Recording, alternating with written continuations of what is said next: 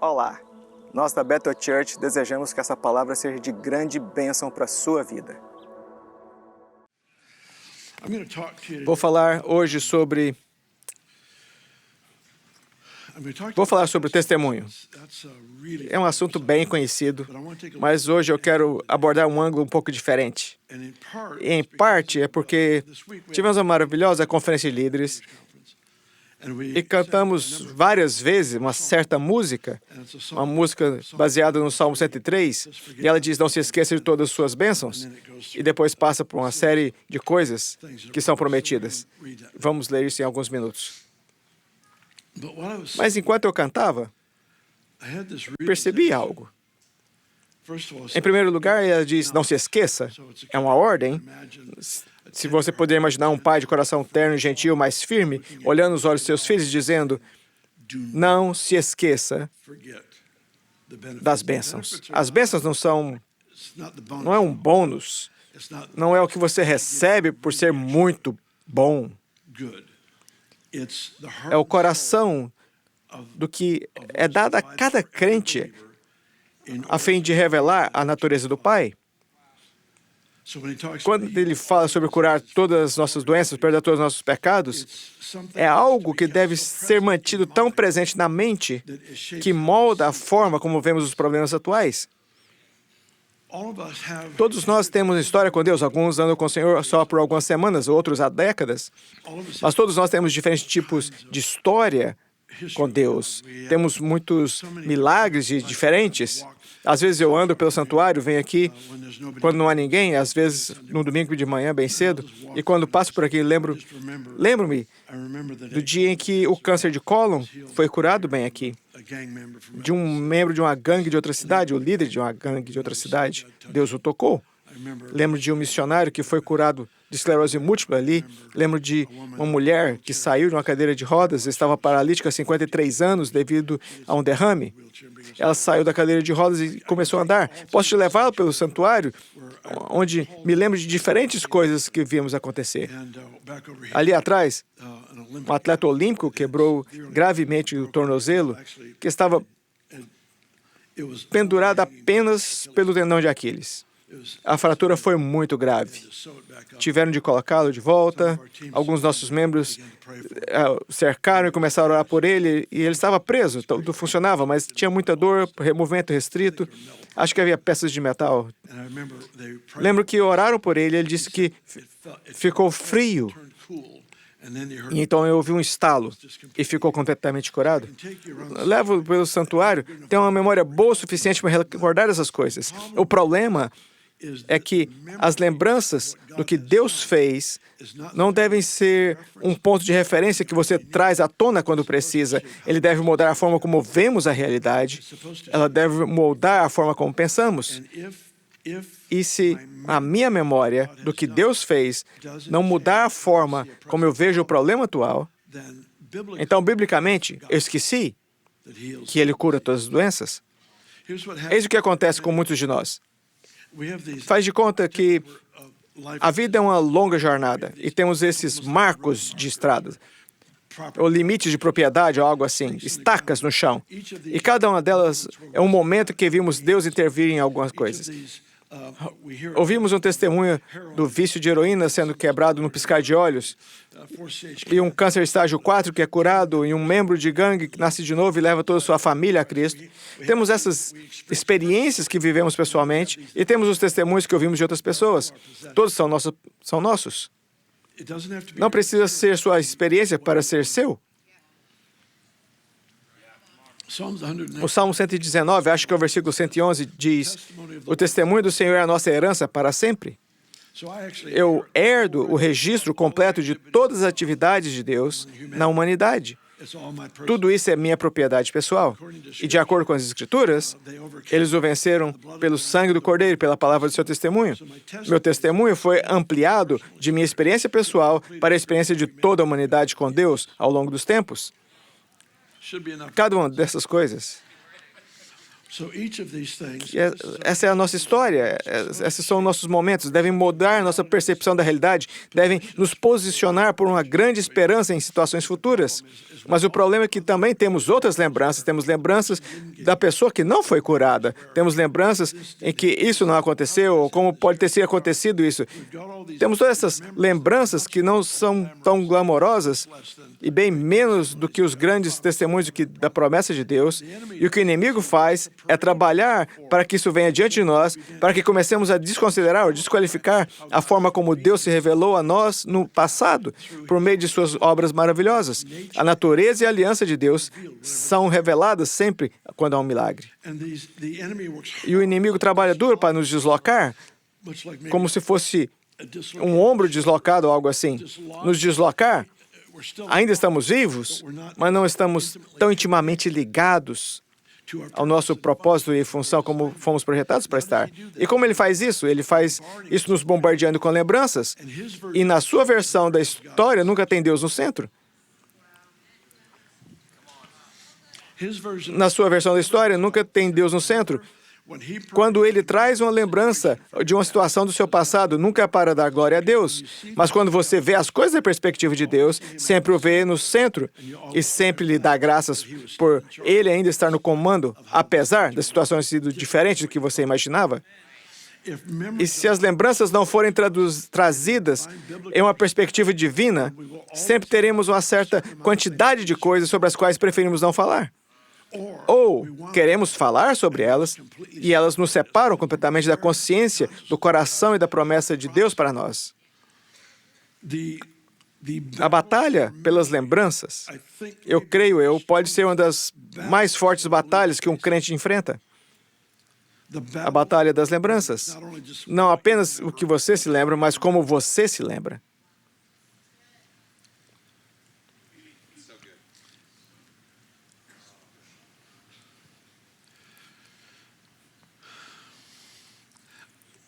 Meu coração, nessa manhã, é que o Senhor capacite cada pessoa me ouvindo. Todos nós temos coisas que não saíram do jeito que esperávamos. E se não buscarmos a perspectiva de Deus para ver onde Ele estava na situação, sempre teremos as coisas que varremos debaixo do tapete ou usamos para reformar a maneira como vemos a Deus. E não podemos dar o luxo de nenhuma dessas coisas. Ao nos estudar, não vamos estudar o Salmo 78, eu não vou ter tempo para isso, então vou só fazer referência. Mas o Salmo 78 é uma das seções mais profundas das Escrituras, é um salmo longo, é uma das seções mais profundas das Escrituras que tem a ver com a nossa lembrança do que Deus fez. E farei referência a duas seções desse salmo. A primeira parte, acho que são os versículos 8 a 10 do Salmo 78, diz o seguinte: os filhos de Efraim, essa é uma das meias tribos de Israel, os filhos de Efraim estavam armados e carregavam arcos. Em outras palavras, estavam treinados e prontos para ir à guerra. Eles estão armados e treinados para a batalha, mas retrocedem no dia da batalha porque se esqueceram das obras do Senhor. Você precisa ver a implicação dessa declaração. Todo esse salmo está pedindo ao povo de Deus que, diligentemente, com disciplina, lembre-se do que Deus disse, do que Deus fez. Somos responsáveis por lembrar. Não é uma opção. É o coração e a alma que ajudam a criar a consciência de impulso em nossa jornada com o Senhor. Se eu esquecer dessas marcas, não saberei para onde estou indo. E esse salmo diz na primeira parte, versículo de 8 a 10 por aí, que sem se lembrar do que Deus fez, você se tornará covarde quando enfrentar sua missão pessoal e a sua razão de existir. E você diminuirá a sua expectativa, diminuirá a sua confiança pessoal no chamado de Deus para a sua vida. Você a reduzirá para algo que lhe pareça mais confortável. E tudo isso vem por não se lembrar. A lembrança não se refere a nós. Lembrar-se tem a ver totalmente com Ele, é voltar a se envolver com o Deus do milagroso, voltar a se envolver com o Deus que não conhece impossibilidades. E à medida que avança nesse salmo, a camada após camada, e finalmente chega em algum lugar entre o versículo 45 a 48, e diz o seguinte: eles tentaram o Senhor. Em primeiro lugar, você não quer tentar a Deus. Ninguém quer se tornar um inimigo para tentar induzir Deus a fazer o mal. Essa não é a posição que você quer ter. O texto diz, eles tentaram a Deus. Mas quando analisa a sequência de pensamentos, chega à conclusão, o que eles fizeram errados? Eles se esqueceram. Eles esqueceram suas obras. Esqueceram suas obras maravilhosas. Algo entrou no coração deles porque eles perderam esse ponto de referência. O Senhor teve a gentileza de colocar marcos ao longo de toda a jornada deles com essa jornada relacional e, de alguma forma, permitiram que coisas surgissem nos seus pensamentos, em seus corações, que obscurecessem as lembranças do que Deus havia feito por eles. Então, estávamos ali perdidos no momento da decisão e provavelmente, sem saber, eles se moveram de uma forma descuidada para uma posição onde agora estão tentando a Deus. E tudo isso remete ao fato de que eles se esqueceram. Eles se esqueceram. Esqueceram de quem Ele é, esqueceram de como Ele era. Tenho certeza de que eles, assim como todos aqui me ouvindo, poderiam citar a Bíblia, poderiam citar a história, poderiam se lembrar bem, já vimos isso acontecer. Eu já vi o câncer de cólon ser curado aqui. Às vezes, eu vejo coisas diferentes acontecendo. E às vezes eu fico andando por aqui, refletindo e lembrando dessas coisas, porque eu não posso esquecê-las. Eu não posso esquecê-las porque, desde então, eu orei por câncer, que não foi curado. E a história da Bíblia que mais me confronta é a história de Jesus curando o coxo no tanque de Betesda. E eu adoro Israel, mas meu lugar favorito em todo Israel é o tanque de Betesda. Lá não há muitas multidões, bem poucas pessoas, não é um grande ponto turístico, mas é um lugar para mim ir, porque eu me encontrei com o Senhor ali. Tive um pouco de detritos, um pouco de água, pessoas andando por ali. Mas eu adoro ir lá por causa da história profética e do significado daquele lugar. Historiadores nos dizem que poderia haver cerca de 800 a 1.000 pessoas ao redor desse tanque, todos precisando de um milagre. E o anjo do Senhor vinha e agitava a água, e a primeira pessoa que entrava na água era curada. E, obviamente, se você não tiver um problema nas pernas, é muito mais provável que você entre no tanque antes de um coxo, que é por 30 anos. Então, Jesus se aproxima de um homem que está lá por 38 anos e o cura. É um milagre extraordinário. O que a Bíblia fala? Ela nos fala sobre o homem que foi curado. Se isso acontecesse hoje, se esse mesmo milagre acontecesse hoje, pastores, teólogos, repórteres e apresentadores de TV estariam entrevistando os 900 pessoas que ficaram ao redor do tanque e Jesus não curou. E a pergunta seria, como você se sentiu quando Jesus passou por você para curar outra pessoa? Há quanto tempo você está aqui? Grande parte da nossa teologia atual é baseada no que não aconteceu, porque isso cria uma desculpa para a incredulidade. Essa história, em particular, não é para revelar o que Deus pode fazer. Se fosse para revelar o que Deus pode fazer, todos ali ao redor do tanque seriam curados. Talvez você se lembre da ressurreição de um exército tão morto que já não havia carne, e era um vale cheio de ossos secos. Além da ressurreição de Jesus, que nunca mais morreria, acho que esse é o maior milagre da Bíblia. Quando Deus levanta um exército inteiro, restaura a carne, o sangue, sopra vida neles e eles se levantam. Isso é ressuscitar um morto. Isso é o que Deus pode fazer, Ele pode ressuscitar todo mundo. Mas a história de Jesus no tanque não foi para revelar o que Deus pode fazer. Isso já foi revelado. Foi para revelar o que um homem pode fazer quando em relacionamento com Deus. Entendo que ele é o Filho de Deus, mas ele atuou como Filho do homem. Ele agiu com limitações. E a revelação foi muito clara. Quando você está andando no Espírito com o Pai, isso é o que pode acontecer. Esse foi o convite. Muito é construído em torno do que não aconteceu e a sua experiência na minha. Não é algo intencional. Geralmente não é... Faz parte da vida. Eu vivi essa tragédia, essa crise, esse problema, aquele problema. E é fácil construir um caso que, se você estivesse em um tribunal, poderia se defender o seu direito de não crer. O problema não é a força ou a fraqueza da nossa fé, o problema é a força da nossa incredulidade.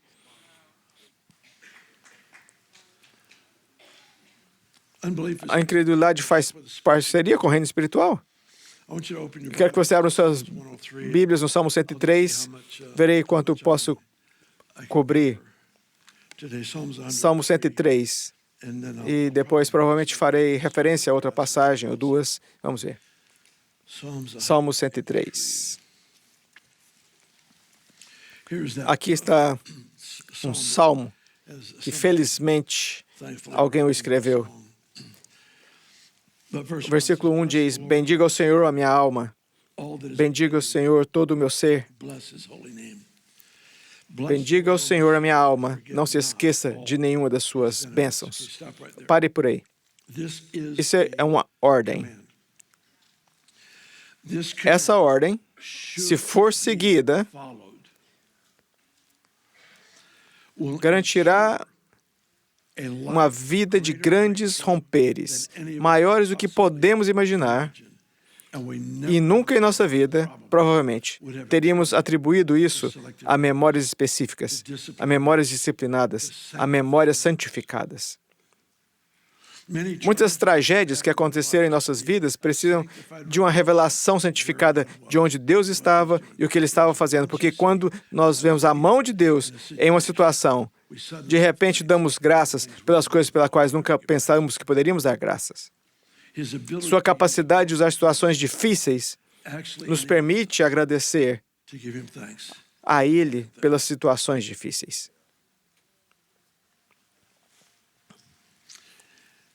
Amém, Bill. Isso foi melhor do que a resposta deles. Está tudo bem? Versículo 3. Ele é que perdoa todos os seus pecados e cura todas as suas doenças, que resgata sua vida da sepultura e coroa de bondade e compaixão, que enche de bens a sua existência, de modo que a sua juventude se renove como a águia. Não se esqueça das bênçãos. E aqui está a lista. Ele cura algumas de suas doenças? Não. Não, Ele cura todas as nossas doenças. Isso significa que sempre que em meu pensamento considero a possibilidade de que aquilo pelo que eu estou orando não aconteça, significa que eu me esqueci.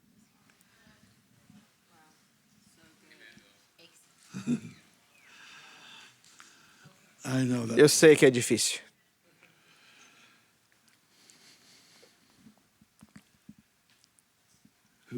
Que cura todas as suas doenças, que perdoa todos os nossos pecados, que nos coroa e coloca a sua marca de filiação, de favor em nossa vida, a marca da realeza, do propósito eterno. Ele nos renova para que não haja um declínio, para que nós aceitemos as coisas só porque nos envelhecemos e vai ficar piores, mas Ele nos renova constantemente, Ele constantemente nos restaura, nos refresca, constantemente nos traz de volta a força renovada. Essa é a vida cristã normal. Não se esqueçam, porque se você se esquecer, verá o seu problema atual com a lente diferente. A história que mais me marcou nesse sentido foi a de Marcos, capítulo 8. Vou pedir que você vá até lá. Marcos, capítulo 8. Já ensinei tantas vezes com base nesse capítulo que estou quase envergonhado por fazer com que vocês leiam novamente, mas, de qualquer forma, abra lá. Marcos, capítulo 8. O que me tocou essa semana, eu estava tentando explicar, quando estavam cantando, eu percebi que tem certas coisas que estou enfrentando em minha vida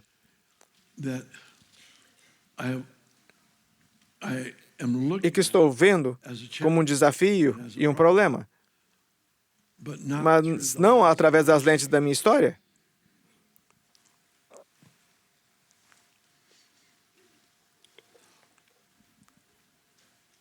Você já teve uma provisão milagrosa?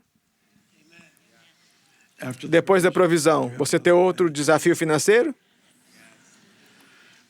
Ficou tão nervoso na segunda vez quanto da primeira? A questão é que sabemos como é isso, sabemos como é orar, ter um romper, dar graças e ficamos encorajados. Depois temos outro problema. Não sei bem porquê, mas quase sempre começo de novo. Não pensando que sou digno de um suprimento contínuo, não com a perspectiva de ter direito a alguma coisa simplesmente porque ele me chama de filho, não porque eu tenha conquistado algo. E muitas vezes, o alicerce da oração, de buscá-lo para ter vitória, muitas vezes tenho que começar do zero, porque não aprendi o suficiente da última vez. Aqui está uma história em que os discípulos tiveram a sua segunda experiência com Jesus multiplicando comida. Eles viram com suas próprias mãos, ao distribuírem a comida, o que aumentava em sua cesta. A primeira vez foi 5.000 homens, mulheres e crianças. Na segunda vez, 4.000 homens, mulheres e crianças. Milhares de pessoas. Eles saíram dessa experiência e eles ainda estavam sentindo o cheiro de pão fresco quando saíram daquela experiência e seguiram Jesus, e Jesus disse, entrem no barco. Verso 13. E ele se afastou deles. Voltou para o barco e atravessou para o outro lado. Os discípulos haviam esquecido de levar pão, a não ser um pão que tinham consigo no barco. Advertiu-os Jesus, estejam atentos e tenham cuidado com o fermento dos fariseus e com o fermento de Herodes. E eles discutiam entre si, dizendo, é porque não temos pão.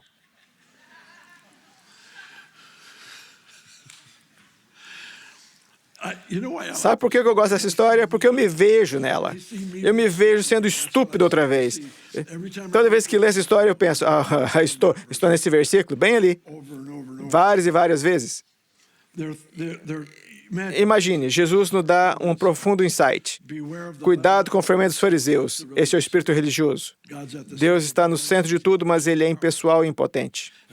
E cuidado com o fermento de Herodes, que é o espírito humanista. O homem está no centro de tudo, não se importa se você crê em Deus ou não, só não o traga as decisões.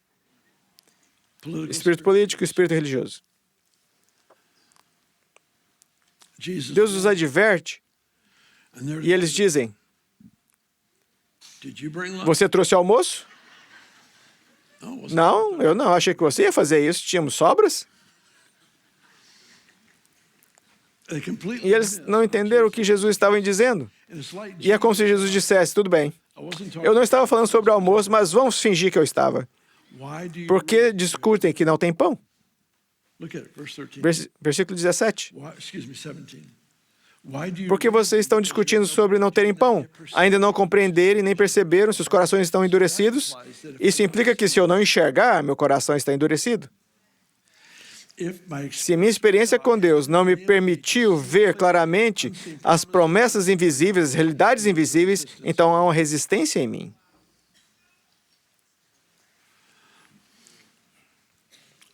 Posso contar mais piadas? Eu tenho mais.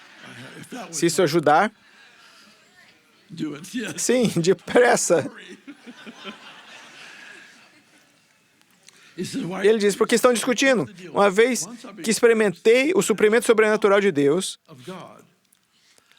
perdi o direito de iniciar qualquer processo de pensamento com o que eu não tenho. Isso não significa que fingir ou viver em negação, que seja a resposta. Isso é, por que começar um processo de pensamento com o que você não tem, em vez de começar com o que Deus já te revelou que Ele tem? A clareza da sua aliança, sua promessa. Por que não começamos aí e aí entramos em nossa oração?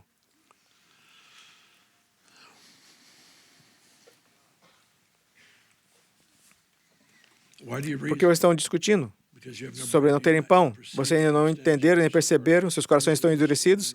Eu quero concluir com esse versículo. Vocês têm olhos, mas não veem. Têm ouvidos, mas não ouvem. Não se lembram. Você tem olhos, mas não veem. Sabe? Eles estão em um barco, não há comida. Ele está pedindo que eles vejam as realidades do mundo invisível. Isso faz sentido?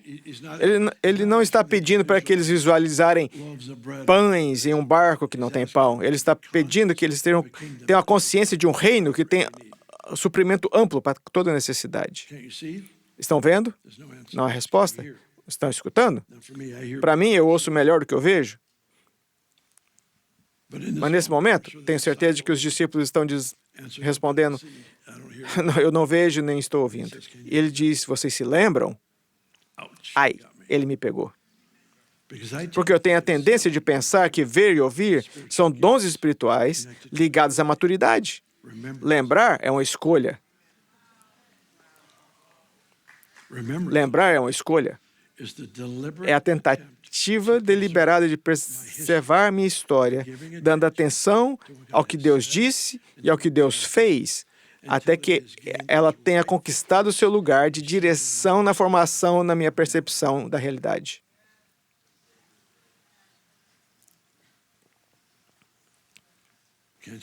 Não está vendo? Não está ouvindo?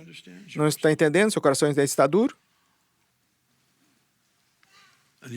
E ele traz de volta. Não se lembra? Foi ontem.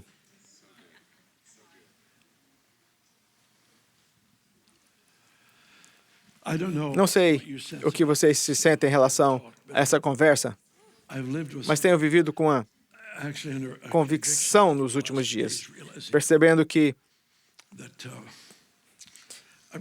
tem essas coisas acontecendo. E consigo me lembrar e voltar para a fé. Mas esse não é o padrão. Não é a primeira coisa que vem. Sabe, você tem um problema físico e a primeira coisa que vem não é ele cura todas as doenças. O que acaba vindo é, será que ele ainda cura hoje? Mas não foi assim que ele disse? Ele disse, não se esqueçam. E é assim que funciona. Ele cura todas as suas doenças. O que é loucura, porque a maioria de nós nunca confessaria pecados a ele pensando que ele poderia não perdoar, ou que ele perdoaria alguns deles. Não temos esse tipo de abordagem, tipo, não sei, se for um bom dia ele perdoará, não tenho certeza se minha fé é forte o suficiente, não tenho certeza se tem as pessoas certas olhando por mim, talvez seja perdoado. Não pensamos nisso. Não colocamos esses obstáculos quando se trata de perdão, porque nós sabemos, ardemos com a convicção de que ele perdoou todos os nossos pecados. Mas, de alguma forma, esse mesmo nível e essa mesma medida de verdade ainda nos permeou, apesar de nós, como família da igreja, abraçamos a beleza e a maravilha da cura divina, da libertação e de todas as outras coisas que vimos o Senhor fazer. Ainda temos que lutar para voltar a dizer, ele cura a todos. Tem que começar por aí. Tem que começar por aí, ou já me esqueci. Tem que começar por aí. Tem que começar a olhar para o fato de estar envelhecendo. Ele renova a juventude, minha força, como a da águia.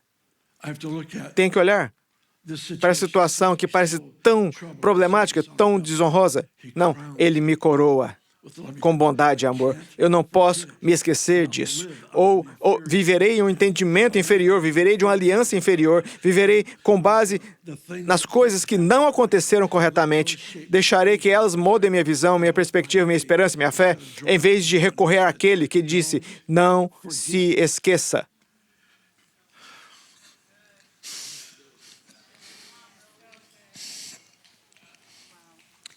Não se esqueça de que ele perdoa todos os pecados. Isso significa que eu nunca mais poderia olhar para alguém, para uma pessoa, e pensar que ela não pode ser salva. Não importa quão horrível, Não importa quantas pessoas. Não quero entrar em detalhes. Mas temos isso ao redor de nós. Temos pessoas que estão tão ruins. O mundo e a metade da igreja querem que elas sejam executadas. Mesmo assim, Ele perdoa todos os nossos pecados. Ele cura todas as nossas doenças. Ele coroa nossa vida com bondade e amor. Ele renova a nossa força como a da águia. Há essa realidade do céu que permeia de tal forma a maneira como vivo e como penso. E que vivo do céu para a terra. Vivo da realidade do seu mundo para este. Ele faz a seguinte pergunta: por que vocês estão discutindo sobre não terem pão? Ainda não compreenderem? Nem seus corações estão endurecidos? Vocês têm olhos, mas não veem? Têm ouvidos e não ouvem? Não se lembram?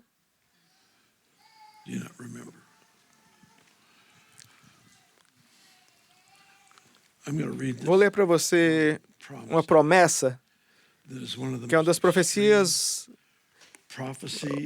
ou promessas mais extremas de toda a Bíblia. Tenho certeza que você concordará comigo quando eu a ler. Depois eu vou dar a referência. Todos os confins da terra, todos os confins da terra se lembrarão e se voltarão para o Senhor.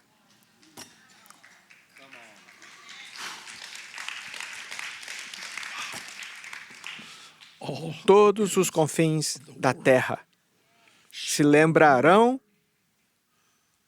e se voltarão para o Senhor. Lembrar com clareza é o que nos mantém ternos em nosso relacionamento. Lembrar com clareza é o que me mantém terno com aquele que ainda fala, aquele que ainda se move. Todos os confins da terra se lembrarão e voltarão para o Senhor, e todas as famílias das nações se prostrarão diante dele. Pois do Senhor é o reino, ele governa sobre as nações, todos os ricos da terra se banquetearão e o adorarão. A maioria das pessoas colocaria isso no milênio, porque é bom demais para ser agora. Porque gostamos de colocar as coisas fora do âmbito da nossa responsabilidade. Quando Deus faz uma promessa, Ele está tentando conquistar corações. Corações de pessoas que vão ansiar por algo que pode ser possível em nosso tempo. Isso que traz as nações diante dele se iniciou com eles se lembrarão. Você dirá, nem todos ouviram o Evangelho, é verdade? Essa é uma das coisas que estamos buscando em missões, mas deixe-me dizer uma coisa pela qual talvez não esteja ciente. O capítulo 1 de João diz: Jesus é a luz que ilumina toda pessoa que vem ao mundo. Todas as pessoas têm algum vislumbre da realidade de um Salvador, porque Ele iluminou seus corações em seu nascimento. Será que disso que elas se lembrarão? Precisamos pregar, precisamos ir. Já falamos sobre isso. Eu acabei de ler o Salmo 22. Vou terminar com esse versículo. Lamentações, capítulo 3, diz a seguinte frase: lembro-me também do que me pode me dar esperança.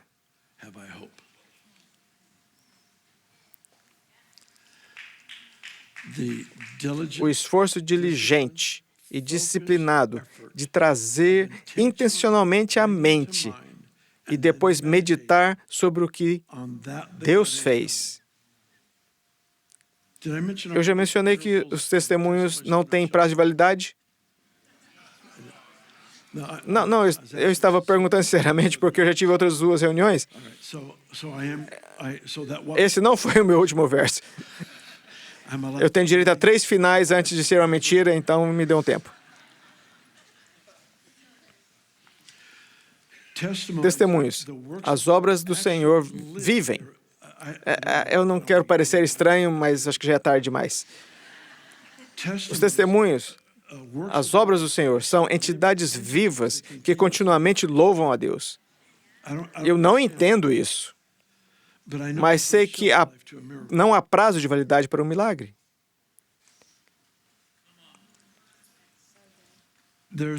Há um prazo de validade para o diploma que você trabalhou duro para obter na faculdade.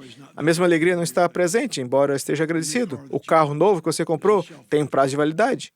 Provavelmente você precisará comprar outro em breve. A casa, todas as outras conquistas que tivemos na vida têm um prazo de validade. Mas os milagres do Senhor estão tão vivos neste momento quanto estavam ontem, quando aconteceram há 10 anos atrás, quando aconteceram, ou 2000 anos quando aconteceram. Eles estão. Eu sei que isso suscitará um pouco de ceticismo, mas será a primeira vez que eu farei algo. Eu queria fazer uma experiência. Eu fui a Massachusetts para falar na igreja do meu cunhado, em Pepperell, Massachusetts. Desci em Boston, entrei no carro. Daryl, meu cunhado, e eu estávamos conversando, e ele disse, ei, o Rodney está... Eu estava alguns dias antes, eu não sei porquê. Mas ele disse, o Rodney, Howard Brown, ele está em Maine. Oh, quão longe que é isso? Umas 5 horas. Vamos lá então. E dirigimos e chegamos lá um pouco tarde, mas ele conhecia o pastor, eles nos colocaram na segunda fileira. Estamos ouvindo o Rodney Howard Brown fazer o que só o Rodney sabe fazer, sabe? Foi maravilhoso. Então, ele começou a orar por nós, e ele orou por mim. E sabe, já aconteceu algumas vezes na minha vida, essa provavelmente foi a primeira. Foi como se ele tivesse colocado uma espingarda calibre 12 em meu estômago, puxou o gatilho e disse, Deus te abençoe. Eu voei para trás, foi uma explosão silenciosa que me derrubou no chão. Em um milésimo de segundo, deitado no chão, ele veio e colocou a mão na minha barriga, e no momento que ele me tocou, eu pude ver algo. Não vou entrar em detalhes sobre o que eu vi, mas eu pude ver um plano do inimigo e que ele usaria para tentar nos fazer cair, mas percebi que ele falhou. Mas pude ver visivelmente, ele sabe, o plano estava lá e depois sumiu. E foi como marcado com algo em sua mente, ainda consigo vê-lo. Quando saímos da reunião, voltando a Massachusetts, fizemos vários dias de reuniões, depois voamos para casa. Tem um pequeno quarto nos fundos do meu escritório. Fui para lá e depois de chegar em casa, ajoelhei-me e orei. E fiquei refletindo sobre o que tinha visto. E quando eu dei um tempo para refletir sobre o que tinha visto, foi como se a segunda parte do filme tivesse começado e eu vi o final. É difícil de descrever, é como se fosse uma imagem. E voltei e comecei a meditar, a pensar. O que estava acontecendo ali? E então, como se tornou entre algo real, uma ação. Eu não costumo ver coisas.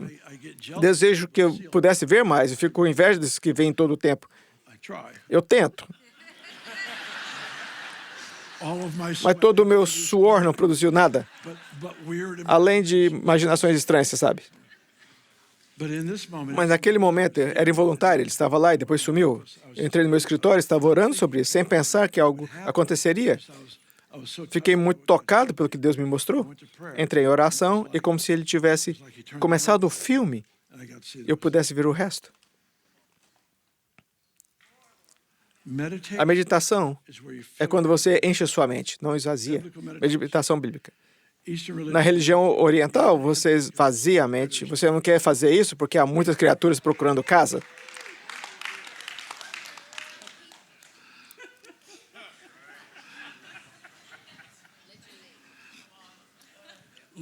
Literalmente. Literalmente. Você enche sua mente. E o que você faz? Como você viu Deus curar. Certa vez eu estava com o Randy na Argentina e ele deu essa palavra de conhecimento sobre um osso extra que atravessava por a parte superior do pé de alguém. Era tipo o tamanho do meu dedo por cima do pé. Esse garoto veio e com certeza a palavra de conhecimento era bem precisa. O assistente do Randy pegou um pé, eu peguei o outro, coloquei meu polegar e ordenamos que dissolvesse, esperamos e fez pss, como um balão que esvaziou. E eu me vi sentado ali pensando, havia um osso ali? Havia mesmo?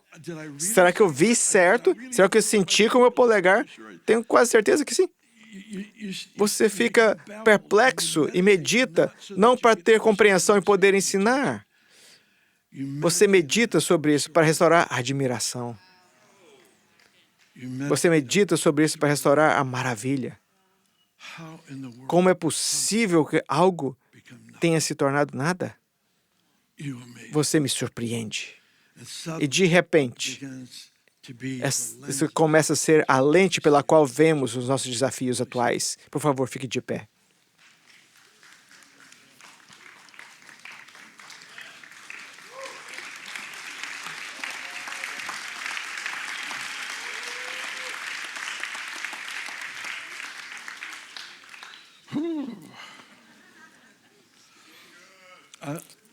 Eu vou lhes dizer, eu tenho uma convicção para vocês hoje, porque eu quero que isso seja bem comunicado.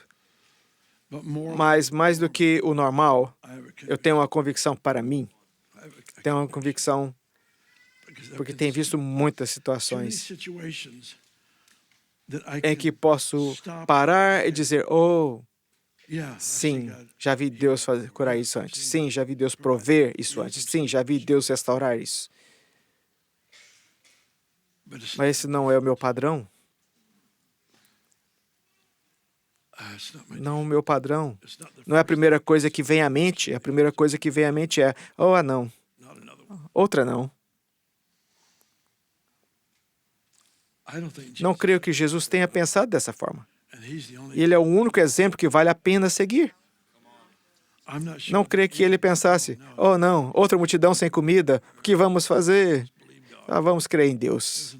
Não, nada disso. Ele vivia com a consciência de que possuía um reino, que não havia limites para os seus recursos. E para viver consciente disso, ele podia perguntar aos seus discípulos em um barco sem almoço, vocês não estão vendo? Vocês não estão vendo? Pai, restaure nossas memórias. Restaure nossas memórias. Restaure a capacidade de ver o que é bom, o que é ruim, o que é feio, todas essas coisas, pelos seus olhos, pela sua perspectiva, para que nada mais nos assuste em relação ao nosso passado. Nada volte a nos aterrorizar ou nos deixar inseguros. Mas, em vez disso, vamos de glória em glória. Vamos de um lugar de confiança, fé e certeza de que o Senhor é o Deus que cura todas as nossas doenças. O Senhor perdoou todos os pecados. O Senhor restaura a nossa juventude. O Senhor nos coroa com bondade e amor. O Senhor é o único. Ajude-nos, por favor, ajude-nos a nunca mais esquecer suas bênçãos. Elas revelam o Senhor. O Evangelho de Jesus Cristo é a boa notícia. É o fato que Jesus tornou o nosso lugar pela punição do pecado, para que pudéssemos entrar no seu lugar de vida eterna. Convido agora a se voltar o seu coração para o Senhor Jesus e dizer, te recebo como meu Senhor Salvador. Deixo todas as partes da minha vida que não te honram e vivo intencionalmente para servi-lo, honrá-lo, para celebrar como meu Senhor e meu Salvador.